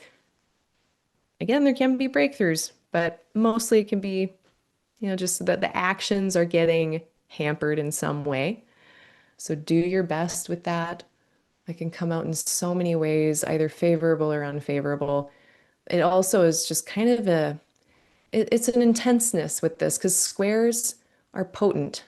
So one of my favorite words that describes a square is dunastikos, I don't know, I'm probably not saying it right, but it is a Greek word that means potent, and it was a word that they used to describe squares. And so whatever the ingredients are, it's a potent combination of those two elements. So here we're getting a potent combination of action, motivation, decision, potent with change, disruption, surprise, interruption. Give yourself extra time to travel, I would say, on the 27th, 26th, 27th. Definitely give yourself extra time between meetings. Kind of almost treat it maybe like my Mercury retrograde protocols, which we will already be doing at that time anyway. Oh yeah, we gotta go back. Mercury station retrograde. Great. Um, yeah, we're gonna be giving ourselves extra time between meetings. Give yourself extra time to travel. Uh, Pack snacks in case you get interrupted and you need snacks for some reason. Um, do your best. Take care of yourself. Do one thing at a time. So the surprise or interruption isn't that something caught you unawares because you were multitasking or not paying attention. It is a good day on the 26th and 27th to maybe move a little slower, do one thing at a time so you can pay attention to it. And then, of course, yeah, on the 26th, Mercury stationing. So, yeah, we get a few kind of more favorable looking days, the 20th through the 22nd, and then the vibe deteriorates. The vibe begins to deteriorate. Uh, oh, I gotta go back to actually. So on the 23rd, the sun is going to meet Rahu, or they're going to start to adhere, if we can do that. Yeah, that also. So, okay, Mercury retrograde, Mars-Uranus square, and the sun is with the North Node on the 27th. The sun and North Node, when they get together, sometimes there can be a difficulty in seeing and in being seen clearly. So if the sun is identities or the self in any kind of way, when Rahu is there distorting things, the sun is not seen clearly. Something about the sun is being misunderstood, misinterpreted. And so be careful with just having all your facts straight around the end of February before you act. If you are feeling misunderstood, if you're feeling projected upon, if that's happening, if you're noticing that those types of really natural things that brains do are happening to you, just notice that, like, yeah, that could be very loud on around the 26th, 27th. Just this not perceiving clearly what is going on. The sun is said to be the perceptive apparatus of the soul. That's what Valen said, which I love that line because it's like my soul is perceiving, my soul is seeing, and here it's a little tough to see clearly. So do your best. Um, Careful with communication and expression. Careful with Leo house topics. It might be nothing about identity. It might be about what is Leo for you. So if Leo is your second house, if say you are a Cancer rising, then be careful around the 27th with your money, so that there's no confusion or lack of clarity around resourcing money, time, energy. If you are let's see, if you're a Libra rising, maybe you're a Libra rising, and then Leo's your seventh, or sorry, your 11th, a friendship. We can pretend, tilt my head. Um, then be careful around friends, groups. Make sure that all that's clear and understood. And if there is a misunderstanding with friends or groups around the 27th, if you're a Libra rising, it'll get cleared up eventually. But just be, not too fast to jump into something, I would say. And it can be, maybe there's nothing nefarious, nothing threatening, but Sun with Nept or with Rahu, North Node, can just be that increase that becomes unwieldiness or heavy to hold. So maybe it's like if the Leo house topics are just getting to be very present and busy, and it's just a lot to hold. That could also be what's going on. But it's very clear that the 26th and 27th look very interesting astrologically. So just take care of yourself extra on those days. The Taurus moon applying to Uranus, Mars during the 23rd. It's like a bumpy ride, but your vehicle is very strong and firm, you know? So not the worst sky to be dealing with this, but there's some helpful things, but it's not super comfy. And then our last, second to last, God, there's a lot of lunar malefic enclosures this month. And I was even like really paying attention to the 7-degree rule as well. Like in the past, I've been kind of sloppy in terms of the 7-degree rule where the moon really needs to be kind of within orb, like kind of touching the orb of this last malefic and on to the next. And I was actually being careful with that. And there is still a lot of lunar malefic enclosures this month that I felt like were worth telling you about. Uh, so the next one is on the 23rd. There's a lunar malefic enclosure from Central Time, 11:18 a.m. until 10:25 p.m. So pretty much all day on the 23rd. Universal Time, that's going to be 5:18 p.m. on the 23rd till about 4:30 in the morning on the 24th. And then the Eastern time zones, this difficult patch on the 24th is gonna be more on the morning, afternoon of the 24th into the evening.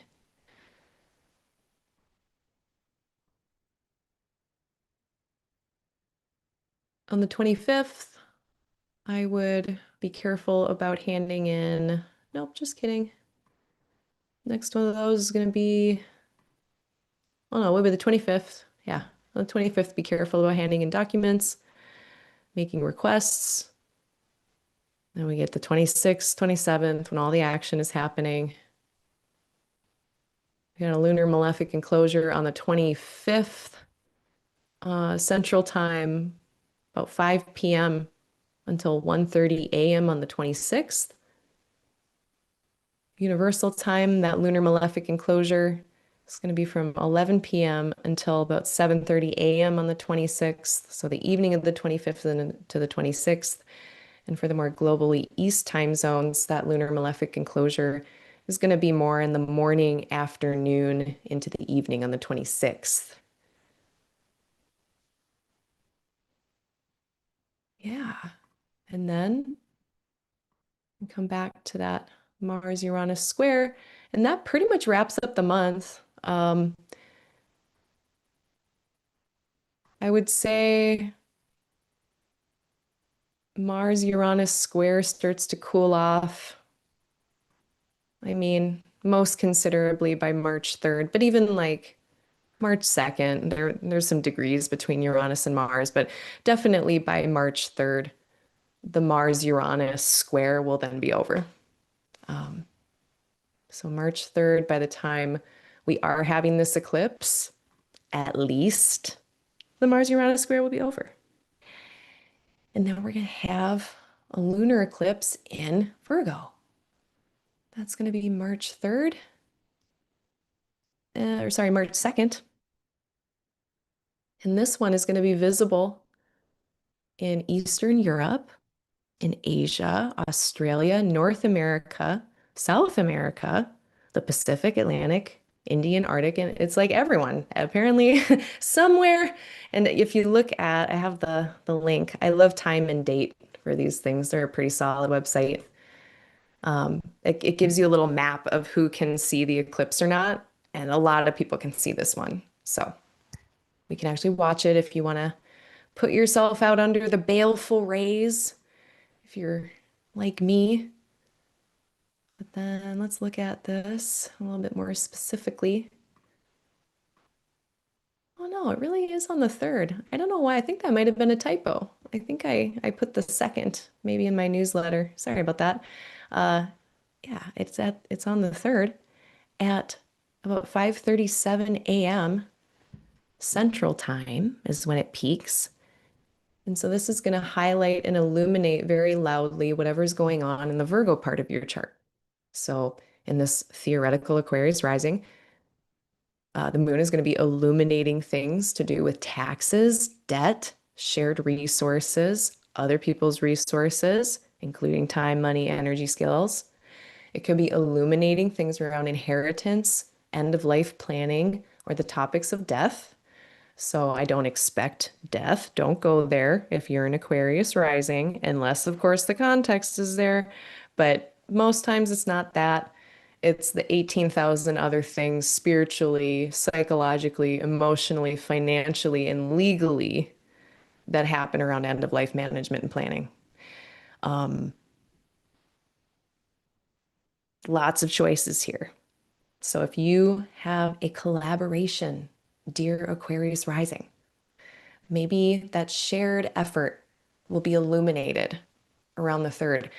I will have I think for me, this is going to be about my student loan debt because at this time I will be refinancing my student loans and then doing this annual thing where I figure out if I have to move in with my parents again. It was like, yeah, I have that hammer of student loan debt just hanging over my head that can ruin me at any time. So I guess I'll be getting my next update around there, which is good. And sometimes it's just like this 6 month, every 6 month plot point, maybe 6 months later or 6 months earlier, maybe something opened up, started up in terms of these eclipses and whatever axes they're in. And now this is the next 6 month check-in. How are those stories progressing? If you've been waiting for something to happen, sometimes during an eclipse, the cookies will crumble or the chips will fall where they're going to fall. And sometimes people are waiting for that to happen. So they can be rather unstable, but they can also have favorable outcomes, neutral outcomes, unfavorable outcomes. We do have the ruler of this eclipse. I mean, yeah, they're not doing great. And this is kind of a similar conversation that we've had before, where the ruler of the lunation is not great, but we do have some help around. And so there is some other stabilizing notes in the sky, which is really good, I think. But yeah, check out where the eclipses are falling for you, what house topics they're going to touch. And this will be around the 3rd of March, some illumination, peaking, some culmination, especially of something that might have been going on, longer than now. I mean, maybe this is the 6 month check-in. And then knowing too that these are like full moons, but just very much more loud and extreme and intense, or just more vivid or high contrast kind of representation of what they're doing. So something fruiting or peaking very loudly in the 8th. Now the South Node is here. So this does give this kind of notion of letting go, decrease, less. So there could be a letting go of certain approaches to a topic. It can be very abstract or internal in terms of what's being let go, but it can be more external, choosing to let go of a certain thing. You know, if this is about a collaboration for this person, maybe it's the culmination, the fruiting, the peaking, like, hey, we finished this project together and now it's done. Bye. That was great. Now it's done. And then we're letting it go. So that would really fit with this. It can be that kind of pruning that lets things grow more later. We're going to let go of these things so that other things can come in. So I like to think of finally the eclipses as and the nodes as these places that can be about balance. So how are we balancing these two areas of life, especially in a full moon? So whatever house topics this is aligning with for you, checking in with those in end of February into March in terms of the balance. How is that going? Is it sustainable? Is it fair? Is it reciprocitous? Does it make sense? The balance of it. So I think that's my final point. Do I have any other notes about this eclipse? Yeah, it's ruled by fallen retrograde. I think also combust. No, it's kind of getting into combust. Mercury. Jupiter is there to help. Yeah, the last time we had eclipses here in Virgo was in September. So maybe homework assignment if you want to look back in your notes, your calendars, your journals, and see what were you doing last September. And in March, this will be kind of the 6 month check-in with that, the next plot point with that story. So I think, yeah, those are all my notes. Let me see if there's any final questions or concerns.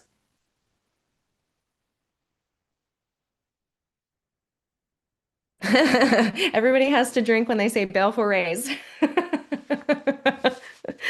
It's, if the eclipse is visible, my partner really likes to watch them too. And I've got my like box. If it's the daytime solar eclipse, I can use my little eclipse viewing box. But we often will make like mocktails or like pina coladas or something. And it's usually we have a good time with it. I mean, maybe I'm like sabotaging myself by baking out in the baleful rays. But I don't know. I like the natural phenomena. The natural phenomena. Well, thank you everyone for listening and taking that all in. I kind of raced through it like usual. Uh, Practical Astros. Yeah. They have a great channel, everyone. There's someone here in the chat. Their handle is Practical Astros and delightful, lovely. Go check out all their work. Highly recommend. Yeah. Thank you for being here. And then almost saying that Samantha Young said that there's an exalted benefic enclosure of the moon on the 22nd. Oh, Samantha Young, another really great astrologer. Yeah, that was during those nice days. Yeah, very good. I'm gonna bring that back. Where's my chart? So the 22nd, we've got the moon in Taurus. Oh yeah, I think I might have skipped this one because it's like it's so short. It's so good, but it's so short. Yeah, the moon is going to be between 15 degrees and 5 minutes and 15. We got like a half hour. We got like 30 minutes or something. I think I might have actually skipped it because it was so short. But also, yeah, if you've got, I want to find it now. This is why I have the link. Lunar. I want to see exactly when it is. Let's find it. Because it's true. It's a really remarkable one. Way to go.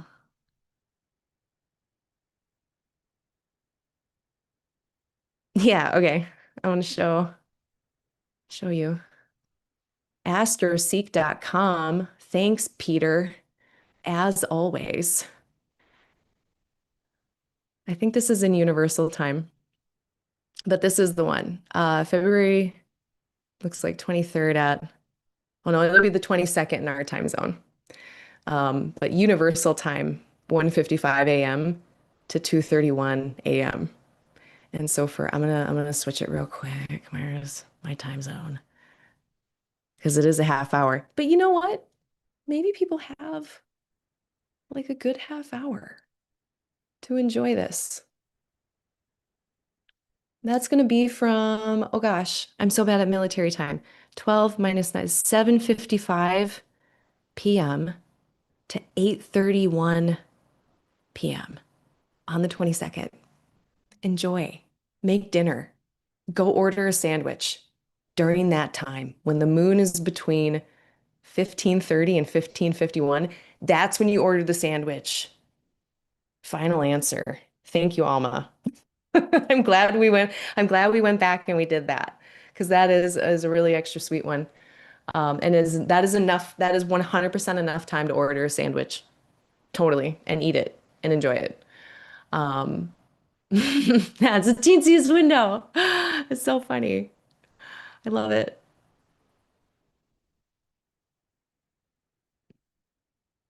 All right, and then Cranberry is adding in some Chris conjecture here, which we love, saying Chris said that the simultaneous Mercury retrograde was more dangerous, but he often focuses on larger scale. Yeah, I mean, you got to look at the ruler of uh, of the lunation. It's really important, and I probably also get distracted by other things. But if we Yeah, I'm really banking on those benefics being around, but yeah, like this is in terms of the moon's ruler, this is about as tough as it gets. I mean, maybe if they were a little closer to the sun, it would be even worse. Are they in their bound? They have a bound somewhere around here, but I think they're past it. I don't think they're in it. Nope, they're not. They're in Mars's bound. Um, yeah, it's not great. So then around March 3rd, just be extra careful too with your Mercury-ruled stuff. I didn't say this, so thank you for bringing me back here. Um, whatever, uh, whatever Virgo and Gemini house topics are for you, be really careful around the third with that. So for me, this is around creativity, self-expression. I'm an Aquarius rising. This is my fifth house of creativity, self-expression, collaborations. I'm going to be really careful around this time. If someone asks me to like do a thing, I'm probably going to say no. Don't ask me to do a thing on the third. Probably gonna say no because it's not gonna turn out well. So watch me get a call from my collaborators who are non-astrologers. I have at least one. They're gonna want to do something. Um, yeah, yeah. I can't think of a whole hell of a lot of mainstream things that this chart is good for. So do your best. Do your best. Someone they like watching me to counterbalance the doom and gloom, which is hilarious you say that because I think I'm so doom and gloom most of the time. I have to like force myself to like at the end of my prep every month, I'm like, say something nice. What's good about the month? Go find the good things too. Because my Mars is so threat detection-y. I just want to get to detecting them threats, but it does get to be kind of a bummer after a while if all you're doing is detecting threats. And it also is not even Buddhistly necessarily good. Um, yeah, maybe this will be a nice note to end on. And this is kind of on the note of one of the I sent out a little 12-minute reading, a little 12-minute audio thing from a teacher that I really enjoy. Thanissaro Bhikkhu is this monk that I listen to a lot, and he has a talk where he mentions that it's absolutely necessary to see what's difficult.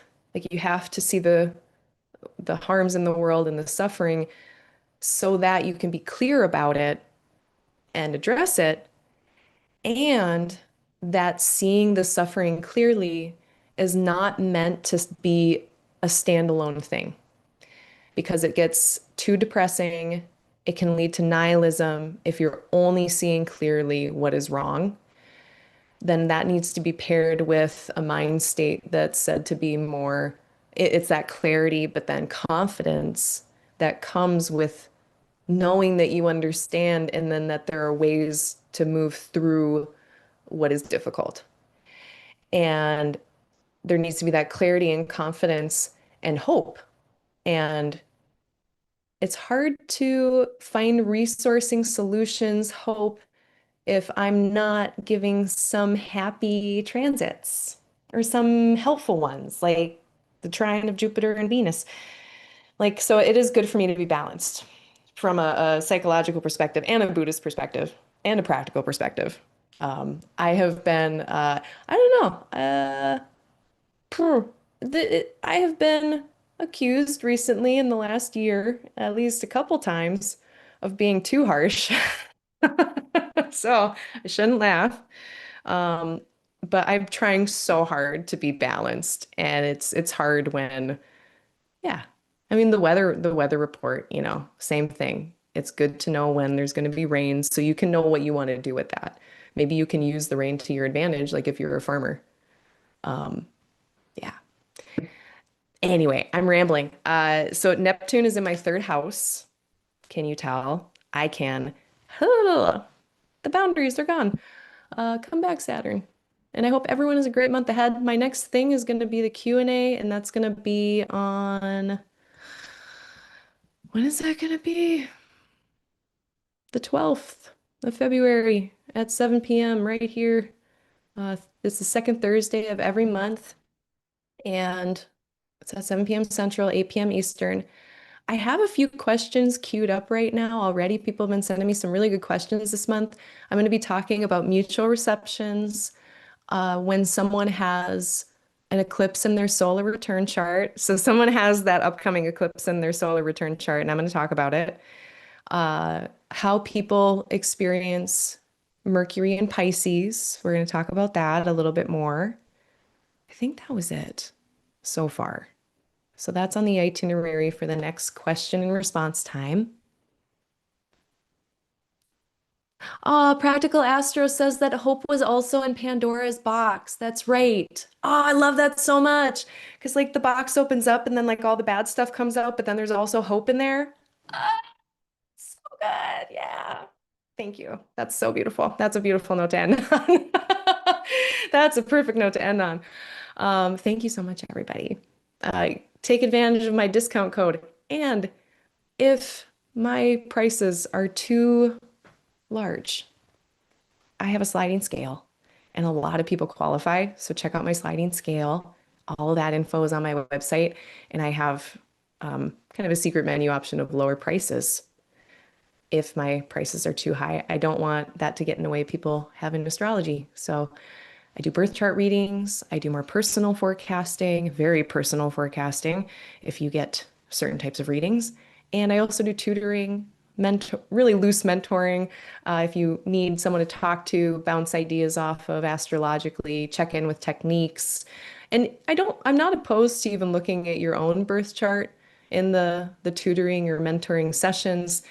We get a little bit less bedside manner in terms of talking in more technical jargon ways, though, if you do decide to do that. But I do that because I think the way that people learn astrology, some people, it's really easy for them to learn on other people's charts, and it's really hard with their own chart.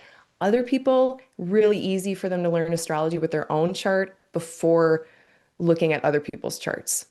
And so that's part of the whole learning process, which is why I don't mind doing that. So I just want to let people know that in terms of tutoring. Um, discount code solstice for 2 more days. I'll see you on the 12th of February. Have a good month, everyone. Good luck with everything. Take care of yourselves. And thank you. I'm so grateful to everyone for this continued support. And I'm very grateful to all the kindness that I run into with all of you on the internet all the time. I love reading everybody's newsletters. There's like so much good content coming from all the astrology people all the time that like I just don't have time to keep up with it all, but I love it all so much. So I'm just full of gratitude for that. Um, Thanks, everyone. Have a good February. Take care of yourself and each other.